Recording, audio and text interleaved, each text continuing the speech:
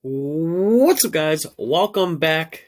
Part two of my MLB betting tips. Part one, I did an in-depth discussion on park factors and weather and how we can use those factors to make smarter, more well-informed bets.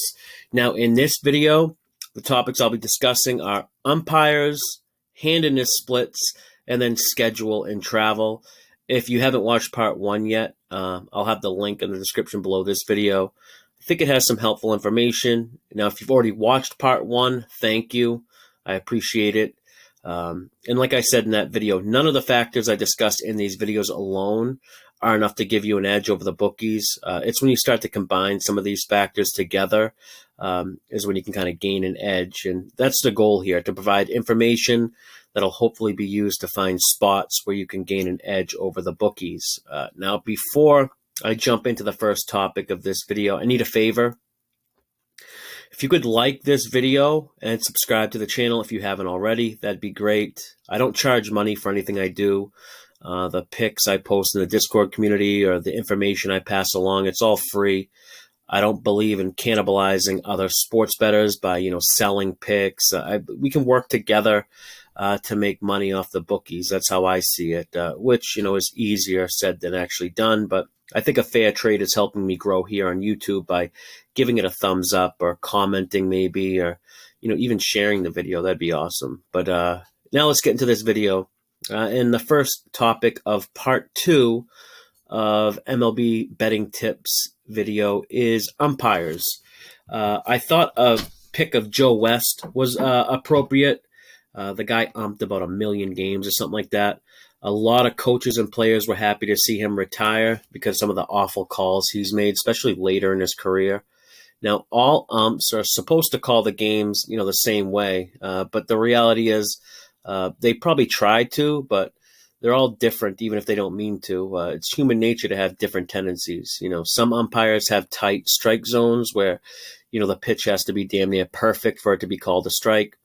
This tends to result in tougher outings for pitchers and more run production. Some umpires call the strike zone a lot looser, which will typically lead to, better pitching performances and lower scoring. Better pitching performances mean struggles for the hitters and then vice versa. Now, for the most part, when it comes to making a bet, umpires shouldn't weigh a whole lot in your decision process, but there are some umpires that you do want to know when they're behind home plate. There are a couple that definitely come to mind immediately, and it's Lance Barksdale. He's notoriously known as an under umpire. Same with Doug Eddings and Bill Miller. These three umps, they've been around for a long time. They've umped well over 500 games each, and the under in their game hits around 55%. They've routinely have some of the highest strike call rates in the league. And if you bet $100 on the under in every game that Doug Eddings, Lance Barksdale, or Bill Miller is umped, you'd be up over 9,000. It's clear these three umps suppress run scoring. They very likely don't mean to, but it's just their tendencies and how they call games that lead to lower scoring outings. So when figuring out if an ump is pitcher friendly or hitter friendly, the sample size of the games they've umped is important. There's a lot of newer umps now. They've only umped like 30 or 40 games. That's not enough to kind of draw a conclusion on their tendencies, or it's not clear what their tendencies are just yet. Now, finding umpire stats is related to actual betting trends can be a little tricky. I'm not aware of many free sites that show it, but Swish Analytics has some free stats and, a cool feature called Boost Stats, and it represents how much of an effect an umpire has on certain stats. But again, will knowing the home plate umpire for a game be enough to give you an edge? No. But maybe if you start adding in some other factors, like let's say, you have Doug Eddings behind home plate, who has one of the highest strike call rates, and he's up in a game with a strong strikeout pitcher like the Brewers' Corbin Burns. Maybe you'd look for an over strikeout prop for Burns or under team total for their opponent. It's all about layering stats and then isolating the strengths with betting options too. Another example would be, adding factors from part one of this video, say a pitcher-friendly ballpark with the wind blowing in hard from the outfield with an under ump. That could kind of, give you a strong lean towards the under. And then, of course, you can go a step further and, look to see how the lineups versus the starting pitchers are, which brings me to the next topic, which is handedness splits. Offensively, some teams and players, they hit better or worse depending on the pitcher's arm, if they're righty or lefty. In some cases, it's a pretty big difference, and you can imagine how important this can be when handicapping a game. A team like the White Sox, they're one of the league's best hitting teams when facing left-handed pitching, but for whatever reason, they struggle and are near the bottom in several offensive categories when facing right-handed pitchers. Now, along with the White Sox, teams like the St. Louis Cardinals and Boston Red Sox, really good versus left-handed pitching. The Reds, Arizona Diamondbacks, and Cleveland, they struggle versus left-handed pitching. Now, the Dodgers, Angels, and Astros, really good versus right-handed pitching. Oakland, Detroit, and Texas really struggle versus right-handed pitching. So it's good to know each team's strengths and weaknesses. And, this is a metric you can easily find on several different websites. And it's also something that's going to change a little over the course of the season, depending on the lineup changes, injuries, or, hitting slumps. So it's a good idea to, filter down by season and then maybe by the months. A really bad hitting slump for a couple weeks can kind of skew these numbers for a team or player.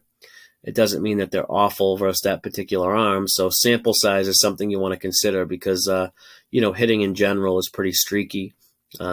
There's team level splits, meaning, how good or bad a team does versus lefty or righty pitching. And then you can find how individual players do and then kind of see the differences.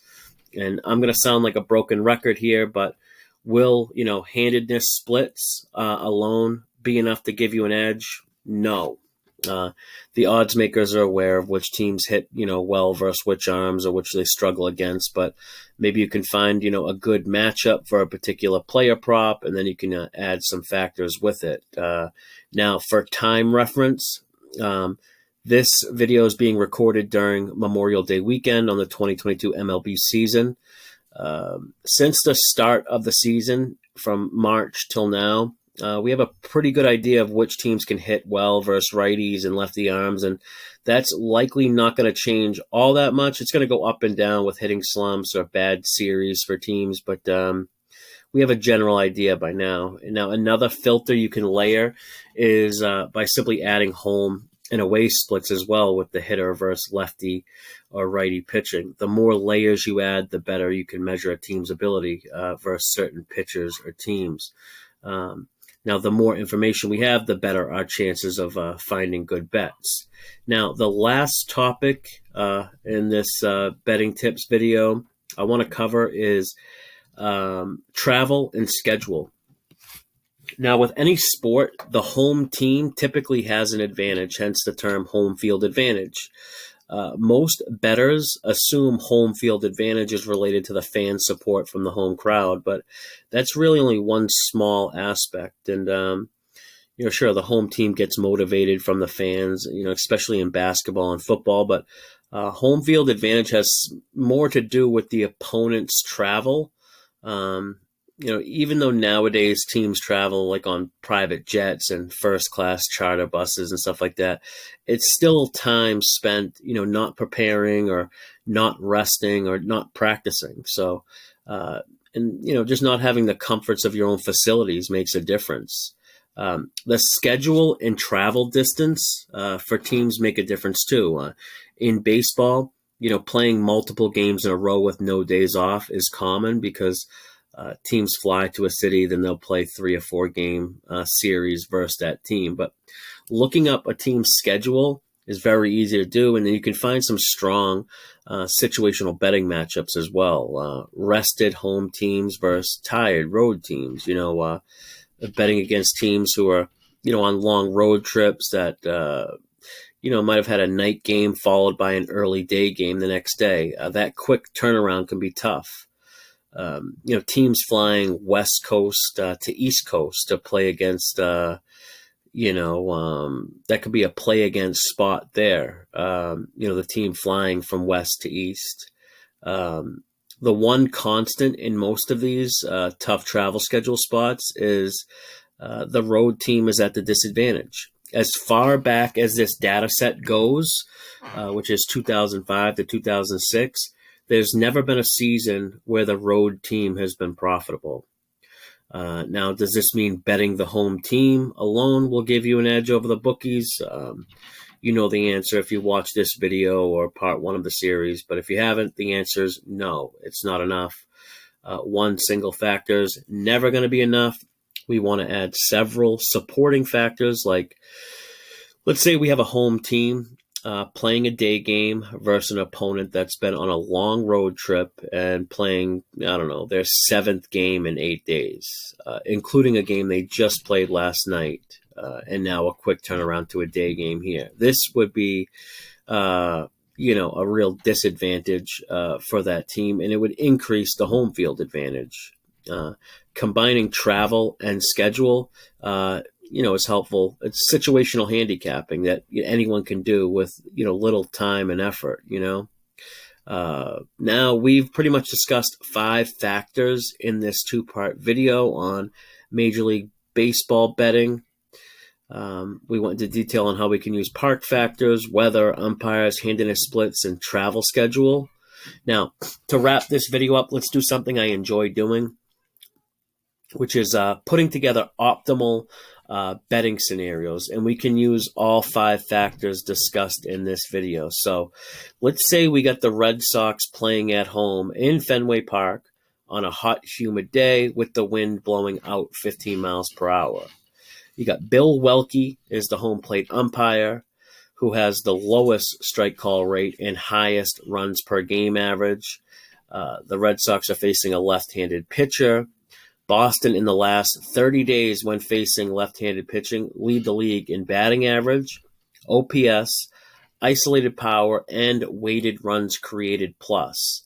The team they're playing just played the day before in a game that went to extra innings, and their bullpen pitched 7 innings. That'd be a pretty solid spot there to back the Red Sox or bet the Red Sox team total over. And it's not impossible to find a team in a similar spot like that. Maybe not to that extreme or that level, but with the time and effort going through your process while being selective, you could find value that will give you an edge over the books for sure. Now, hope this video wasn't too boring. Hope anyone that watched learned something. If you have any questions or if something wasn't clear, let me know in the comments section. I'd be happy to answer them. Also, let me know if you have any video ideas you would enjoy watching or you think would be helpful. And if you enjoyed this video, follow me on social media. I'll link them in the description. And that is going to do it for this one. Until next time, good luck with all your bets. And as always, may all the umps calls and all the loose balls go your way.